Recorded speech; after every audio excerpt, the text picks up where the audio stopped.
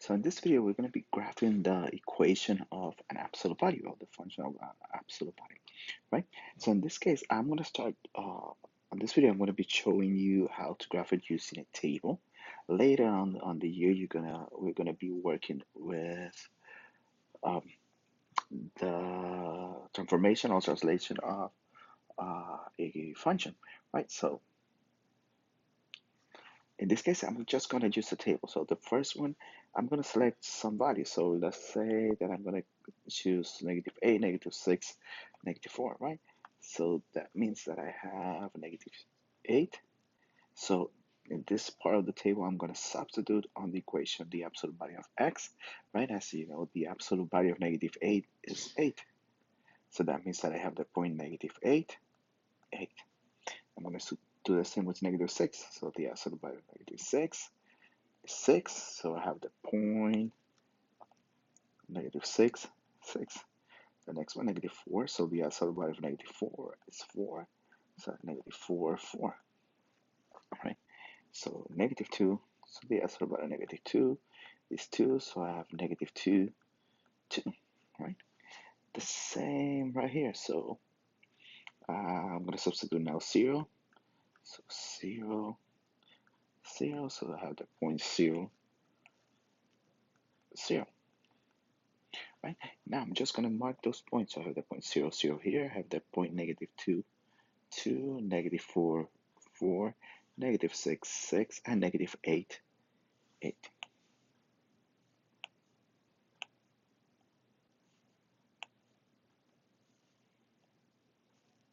So I got those points right there, right? So now the graph of an absolute value is symmetrical. That means that whatever happens on the left side is going to happen on the right side. So I have this part of the graph right there. So that means that if I mark this point right here, that means that I'm going to mark another point on the other side, and I'm going to show you later on why. So I'm going to mark that point here.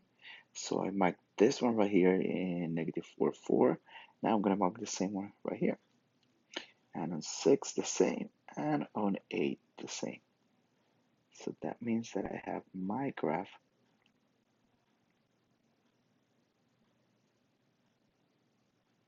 right there. So now that is my graph, right? And as you can see, those points, new points are marked over here. They are symmetrical. As you can see from this point, I have 1, 2, 3, 4. So I have 1, 2, 3, 4 units also to the left, right? Now, to show you why, I'm going to select this point right here. I'm going to select this one, right? So if I substitute 4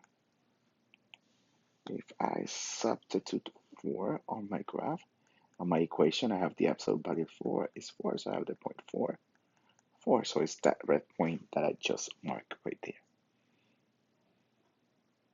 Okay, let's see the next.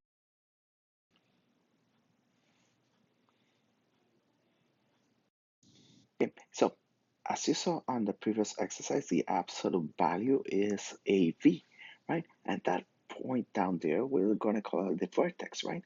So the vertex is going to be whatever makes 0 this. So it's going to be the opposite of what I have inside of here. That's my x value. So my vertex here is going to be -4, and it's going to be the same value as I have out here. So it's 4, right? So that means that this graph is going to start in -4, 4, -4, 4. Again, if I substitute on the equation -4, so I have a negative absolute value of, let's go step by step, so -4.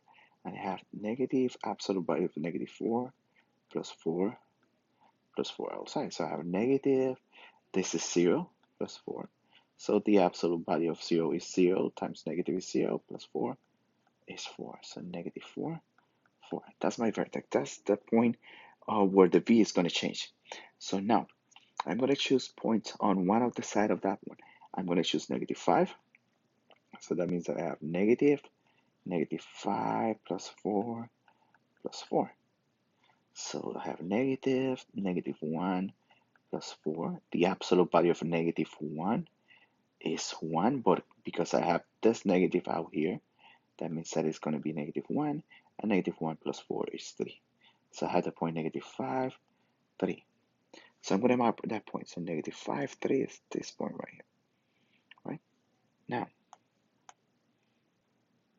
now I have that point, I mark it 1 unit from that line right here, 1 unit to the left, right?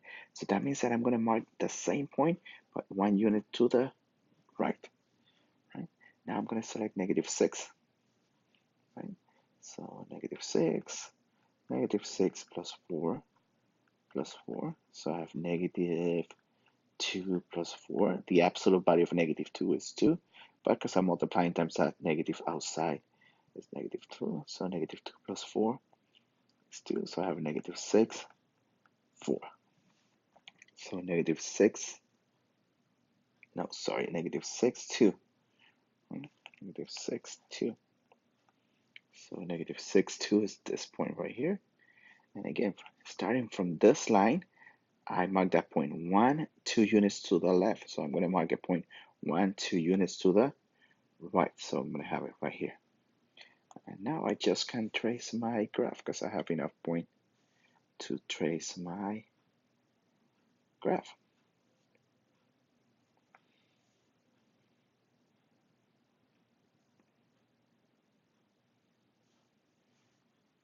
There we go. That's my graph of this function right there. Okay.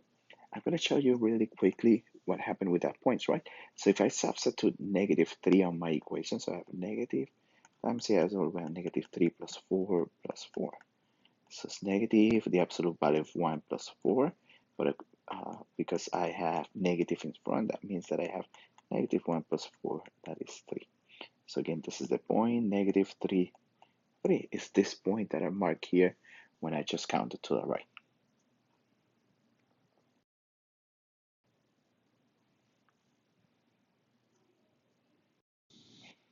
Okay, so again, I'm going to start by identifying that vertex point, that point on the P.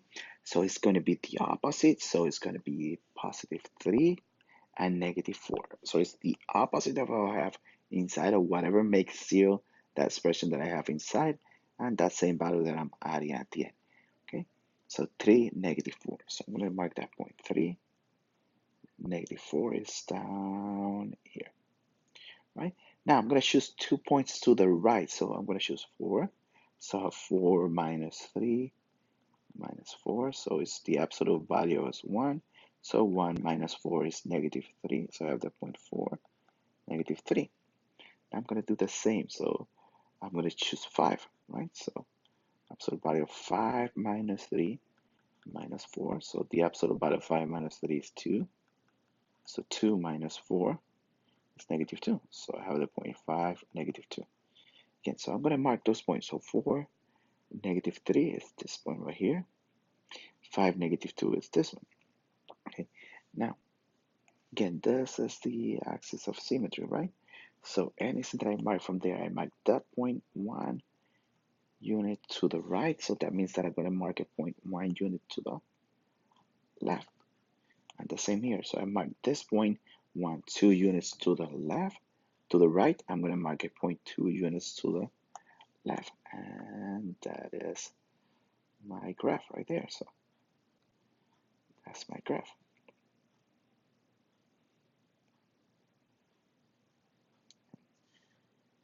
So that's it. That's my graph right there.